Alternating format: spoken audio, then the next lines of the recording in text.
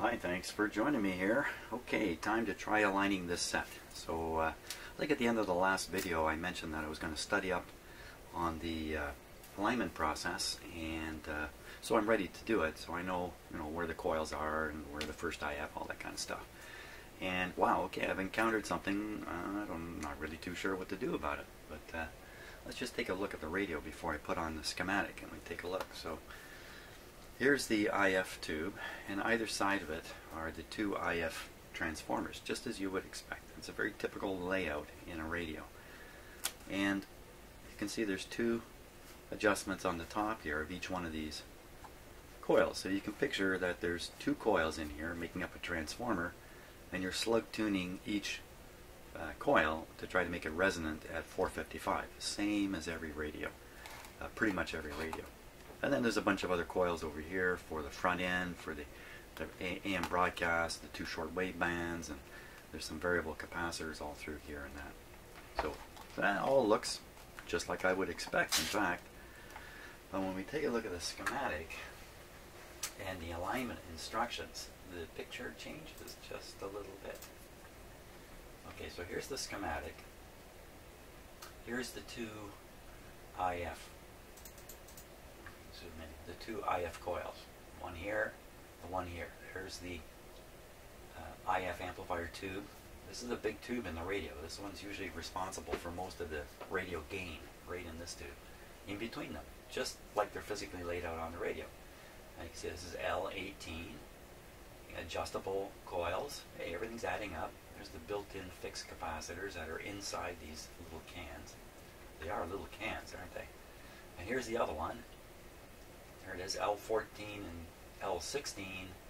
Same arrangement, except down here it says L15 and L17. But there's no other notations here. Other than that, these two look absolutely identical, and on the radio they look absolutely identical. So we go down and look at the instructions here. Instruction number 1 is to tune the second IF, the one closest to the speaker. That's the usual way of doing it. Number 2, you tune the other IF transformer. Look what it says, L14, 15, and 16, and 17. The top one's just L18, 19, just as expected. 14, 15, 16, and 17. Let me go back to the diagram. 15, 16, 14, 17. I didn't even notice this. They're numbered in kind of an unusual way. 14, 15, 16, 17. Now if we go back and look at the radio, let's look at the radio. In fact, I'll use the close-up camera. We'll take a little bit of a closer look here. Maybe I missed something. Maybe I'll spot it. So here we are. Okay, the two IFs coils.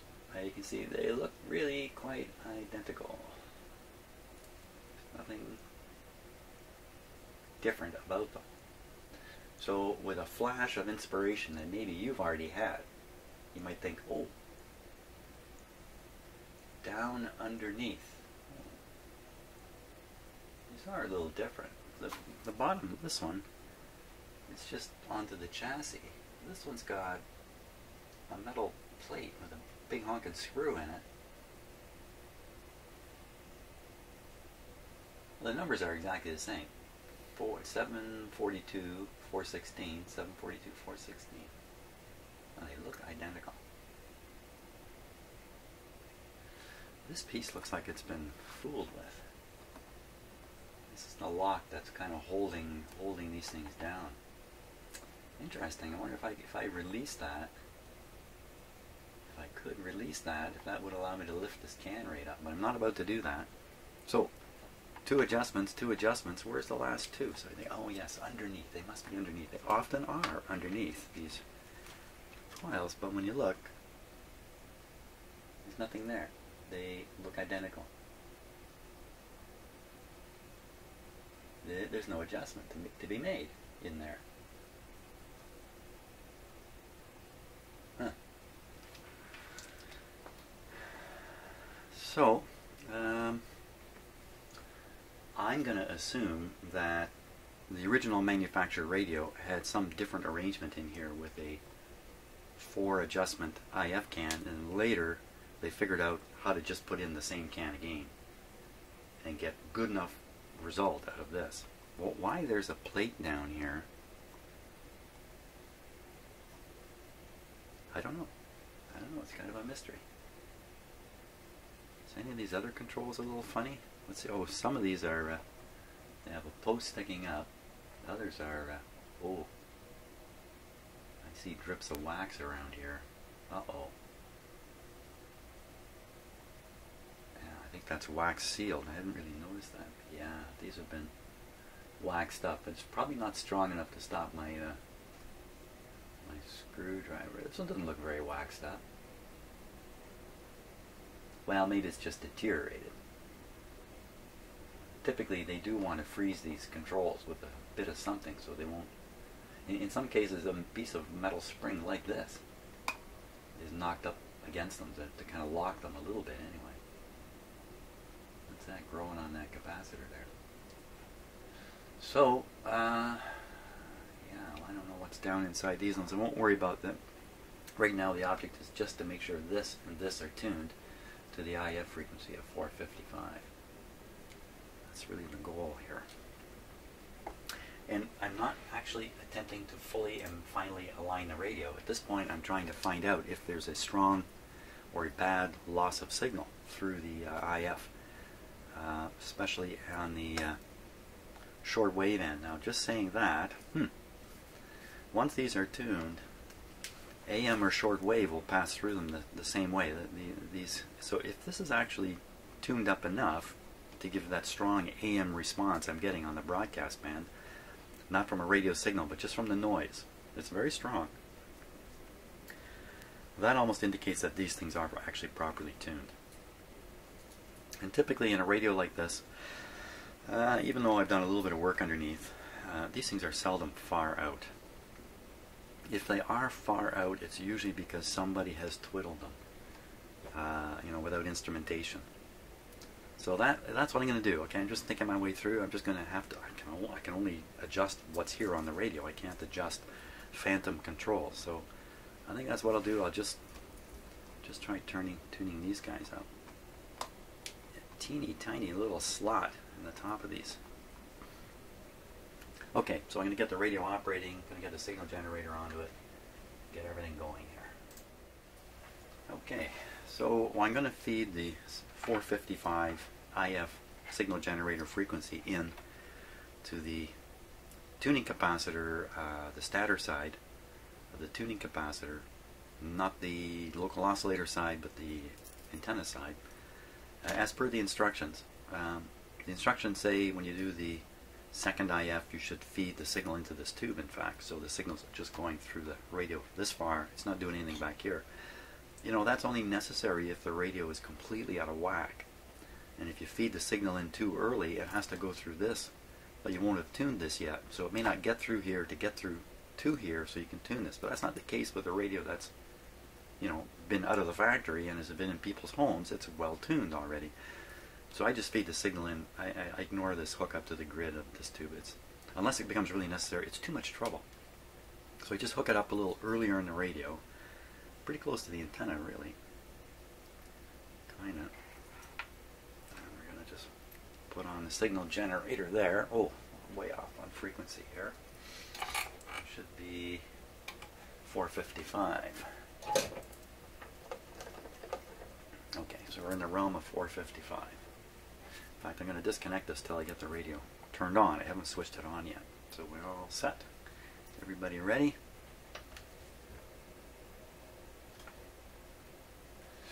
Just checking, make absolutely sure the voltage going to those tubes is correct. Good. Okay. On with the heaters. And in a moment, be on with the high voltage.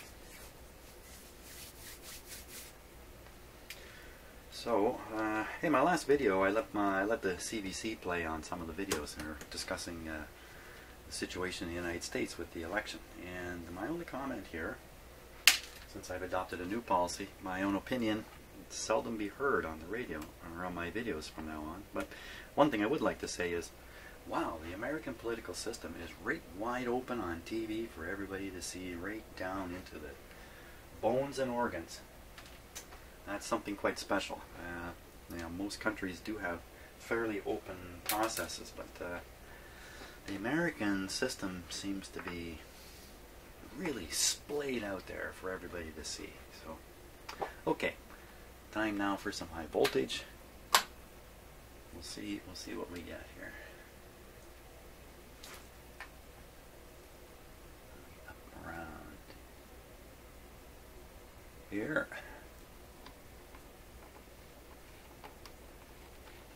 Okay, a little bit of crackling out of the speaker from the volume control. I think I'm set to, I'm not sure what I'm set to here. Let's make sure we're on AM.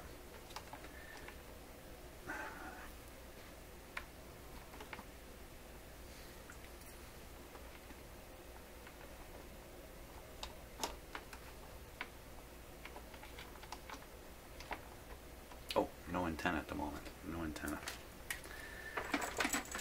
I just want to verify the radio is operating before I start doing all this stuff to it. There we are.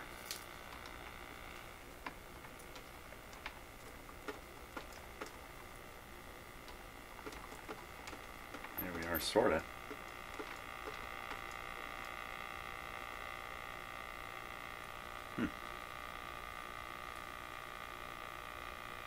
Well, that's not quite the same.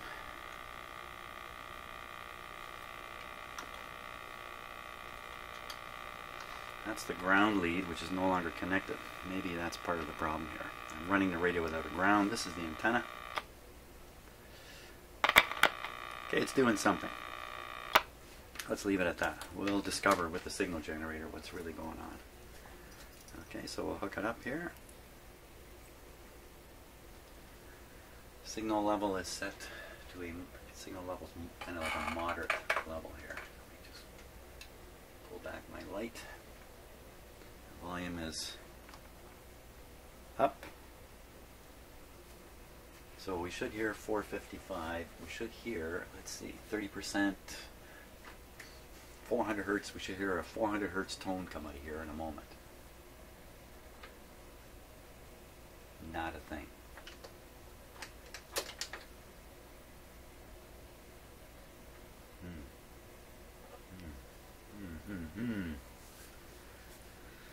Nothing. Do I really have the volume up all the way? Yes. Doesn't matter what band I have it switched to. They all use the same IF. Well, let's just crank it up a little higher here. So now the output on this wire is really high.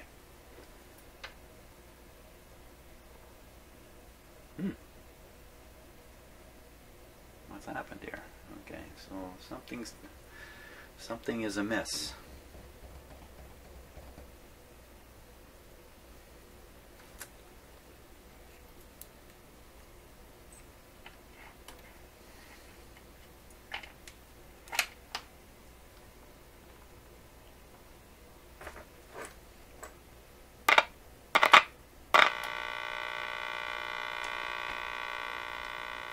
It's definitely not the same behavior here as I tune it. Just get this buzz. Let's try another band here. It's very easy. Oh, you know what? I don't think that was all the way. Because I think the band switch had stopped short. Plus there's that band switch problem underneath here. I still haven't fixed that up. So perhaps that band switch is not making good contact on short wave. Hey, that's a high likelihood. Well, now we certainly have the radio operating.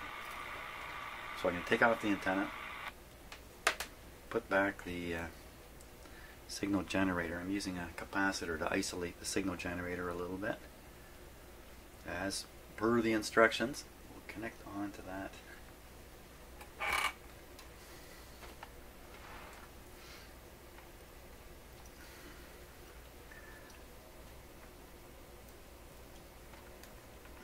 Okay. Put on the signal generator. Let's turn down the output of the signal generator first. Up with the volume. So we're at 451 and we don't hear a thing. That's not particularly good. Nothing. Up the level.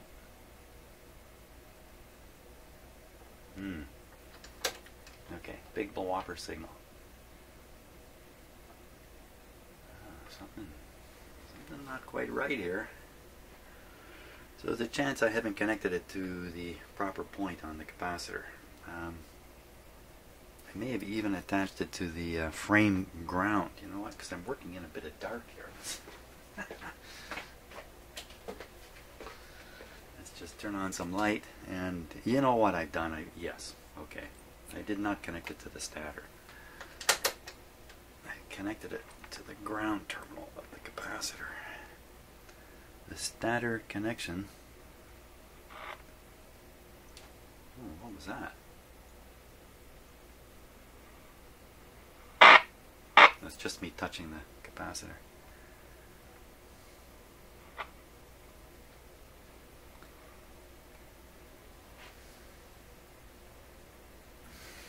Where I thought it would be easy to connect. Usually there's terminals, you know, right up on top here. You know what? I can clip onto that. That spot I'm touching with my finger.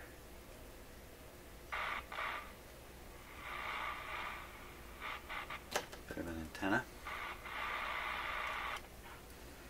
Maybe I can get this right on there. Signal levels low, 438 kilohertz. No, I'm not using a capacitor now. That's not so good. Not so good.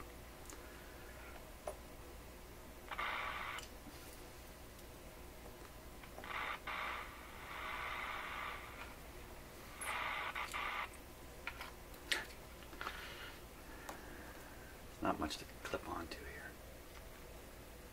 There we go. I think we're good now. Okay, up with the volume a bit. 455. Haha.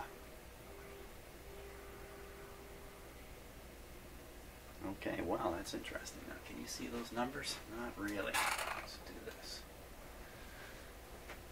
And, let's do that. Start working in the dark again.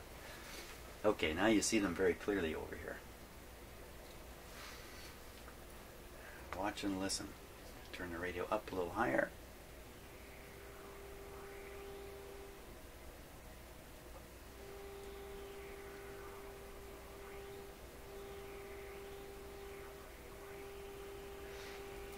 .465. That's interesting. Now, for sure, the proper frequency is 455.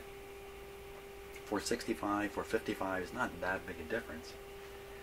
But it will cause the pointer on the radio to be in the wrong spot by some amount, which might be so small that it doesn't matter, or maybe more. I just don't know. But having these things not aligned on the design frequency leads to some other problems. Let's put it that way. Even if it's a little bit off. Some minor problems. Well, we're just doing this by ear, so I'm going to try turning these things now. I got to get an itty bitty screwdriver that'll go in the slots.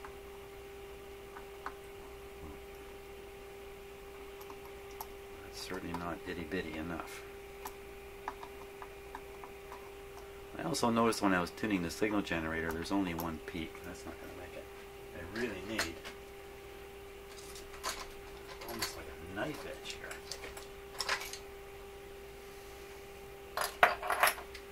That's the one thing I didn't get ready. Is a screwdriver. Ah.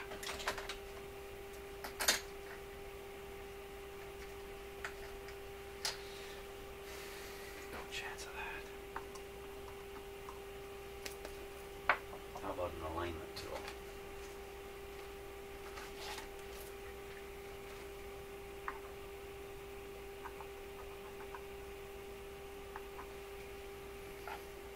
Pretty thin blade in there.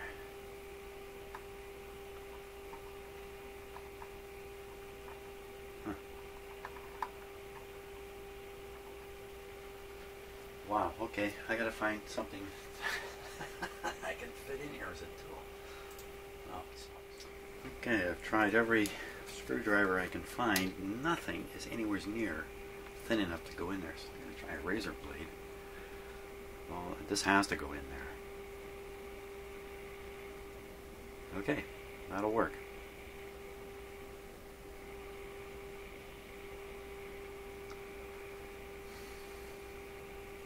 Now what I'm really looking for is a big deficit in the way this thing is operating.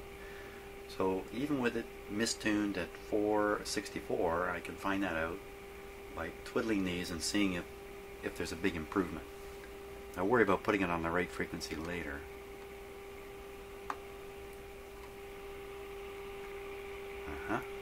There is. Okay, so that's enough. That tells me this thing needs to be tuned up properly. So, you know what, maybe I'll do that right now. So I'll bring out a meter that we can monitor the voltage level reaching the speaker, and then using that I can objectively tune this to the proper IF, and we'll see how that goes. Okay, so now before I hook up this meter, I got to pay attention to something here. I've got a ground lead coming from the signal generator, and I have a similar ground lead coming from this meter. Can't remember now if the ground lead on this meter is case grounded to the third prong. I think it is. So that means I have two third prong grounds here. I got to put them on the same spot. I got to be a little bit careful here. I'm going to be hooking up this meter to the speaker. The speaker may be fully isolated by the output transformer, or whoops, it may not be. So let's take a peek at the ever so exciting schematic once again. See if we can't sort this out. So we're over here where the speaker is. Right in here. Okay, so I see right away, here's the output transformer. Everything's isolated out here except, oh, there's a chassis connection right here. So this chassis currently has a green wire ground on it. If I bring my voltmeter over and I put the green wire ground up here, that's going to basically short out the speaker. So I don't want that to happen. And if this switch is closed, there's a connection from the speaker back into the grid of the detector tube here, the triode part. So I should be wise if I left the switch open just to keep this out of the picture. I got to find this point here on the radio and make sure I hook up the ground properly to it. Let's take a look and see what we can see here. Okay, so radio's operating. I don't want to spin my turntable around. Let's switch to the other camera here.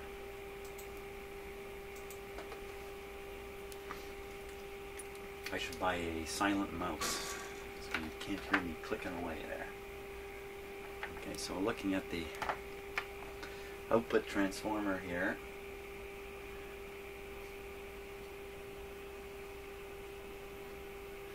So these are the leads going to the speaker, sort of.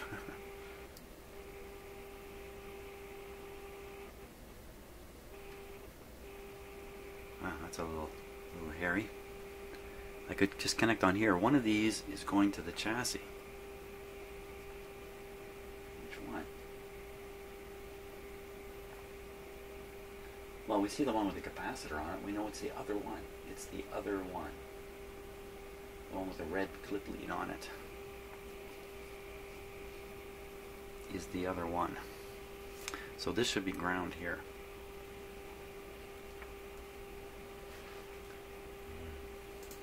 Those are famous last words. Let's see. Just tap it on there briefly. I mean, nothing really horrendous would happen here. I don't think. How about nothing at all? That's good. I like that. Nothing at all. Flip on our meter. You know, maybe this ground lead from this meter is not actually tied back. I can't remember now for sure. so this meter is now connected across the speaker. That's probably the speaker level indication. Let's just, changing the volume, you can see quite clearly that's what that is. Good, perfect. Now we're ready to align these against this, but I want the frequency to be 455 now.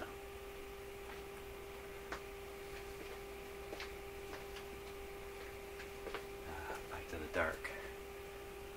But if I turn it down to 455, I can't hear anything.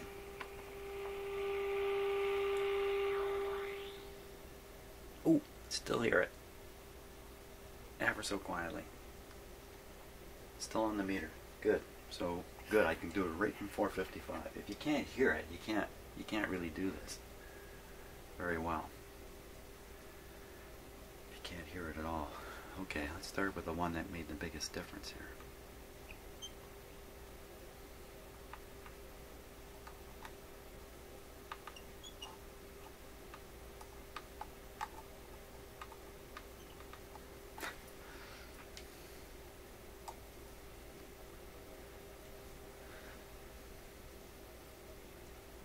Trouble seeing in my shop now.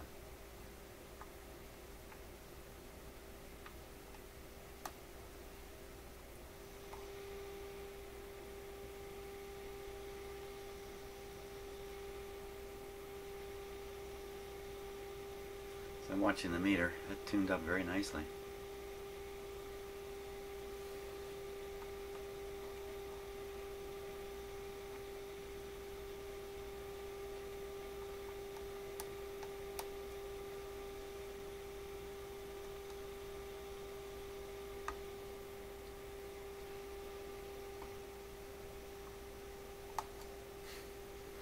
A little awkward using a razor blade.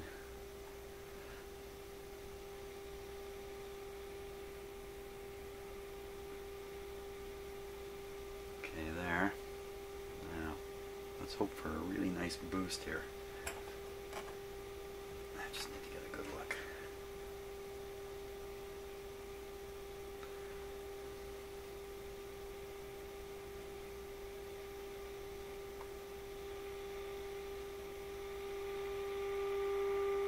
Wow. The radio is showing up here.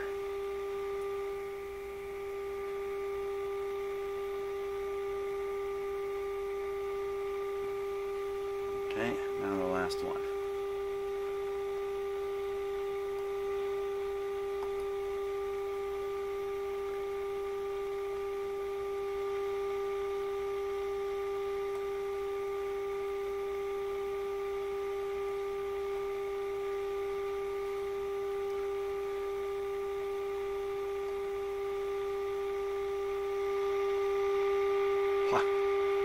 What a difference there. Turn down the volume.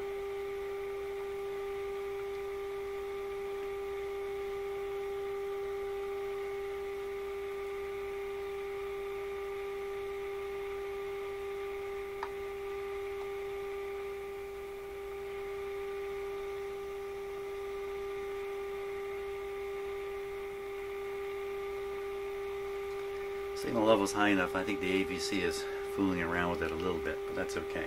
What happens there is the AVC is a little bit delayed. So as you tune the radio in, you'll see the signal go up quite high and then fall back as the AVC operates in the radio. And that, when you're doing this turning thing, that late effect is very confusing at times in some radios. So that's why they always say keep the AVC level down low. You can spot the peak better. Well, that's good. I wonder what difference that made in the operation of the radio. Let's find out.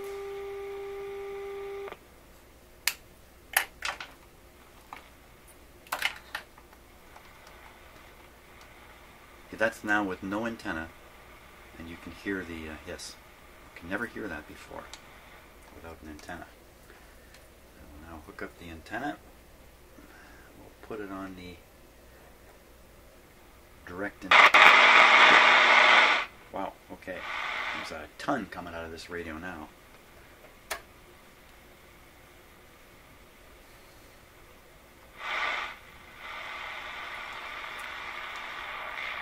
tune.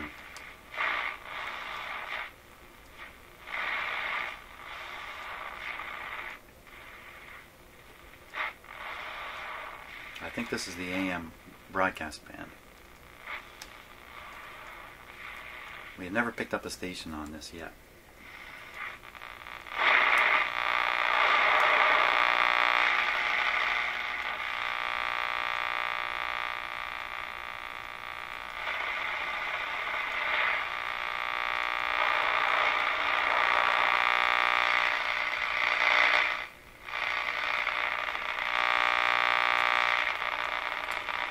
Okay, couple things. Let's take the antenna off. I don't have a ground on this radio, and I know that antenna produces a large signal, 60 cycle signal, or I don't know this, I suspect this. So maybe I need to attach another ground from the antenna cable shielding, I guess is the best word for it here. Okay, so I'm going to ground that to the chassis, put this back on, and take the ground off. Well, it's doing something.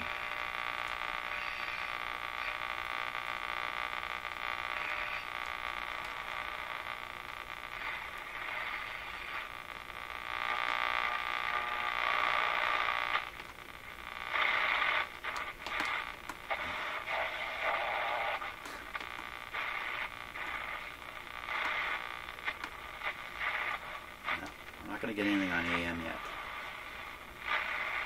So let's give it a try on shortwave. Let's see if the shortwave now, which was very quiet, let's see if it's less quiet. Ooh, that's not good. Whoa.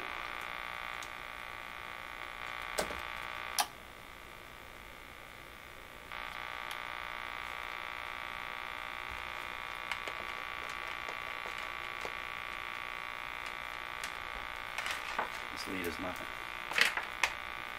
That was my water pipe ground lead, which I'm not using. Wow.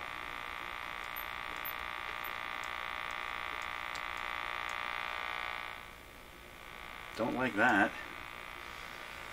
Okay, so I'm going to hook up the water pipe ground. It's kind of getting to be an act of desperation here. Excuse me for a second.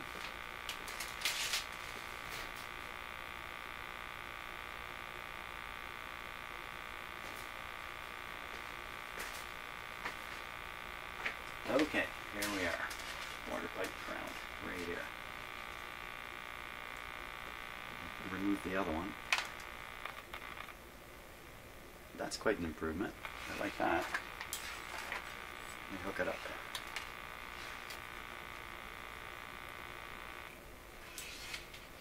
there. Wow, you see the drop off on that thing? Oh, okay. Got a ground, got an antenna. Still on short wave. Still hearing that terrible buzz.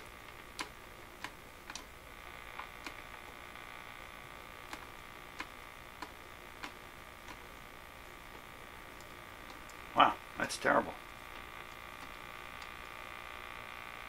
Oh, I wonder if that wafer switch is not connecting properly. Maybe I think I have it switched to short wave and I've actually got it switched to who knows what. Let's go back to the AM band here.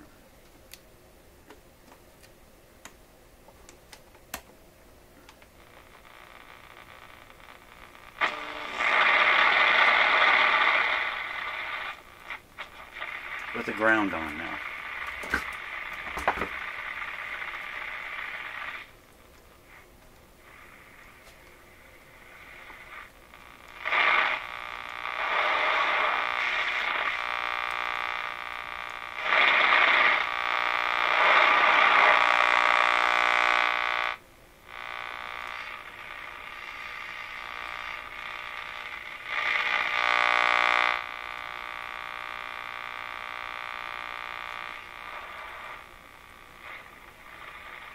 Okay.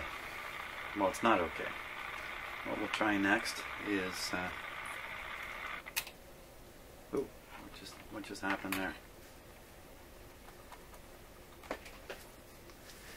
What happened? What happened? Just hooking up the ground connection. Oh, that's not good. What happened?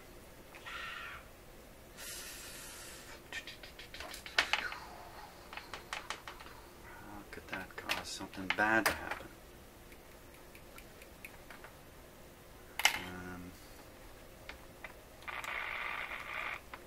You know what it is? It's that wonky switch.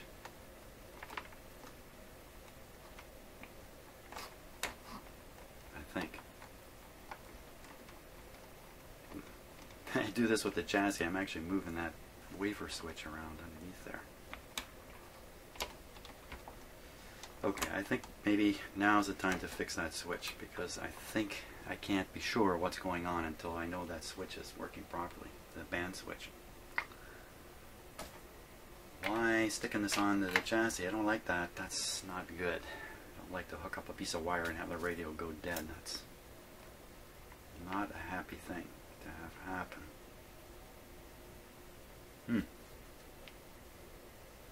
Just checking over all the instruments. Nothing is showing anything funny happening, so I don't know. I think the name of the game now is I've got to fix that wafer switch at this point. But you know what I'm going to do? Regardless of that, I'm going to continue on what I was intending on doing. I'm going to feed a signal from the oscilloscope, from the signal generator into the radio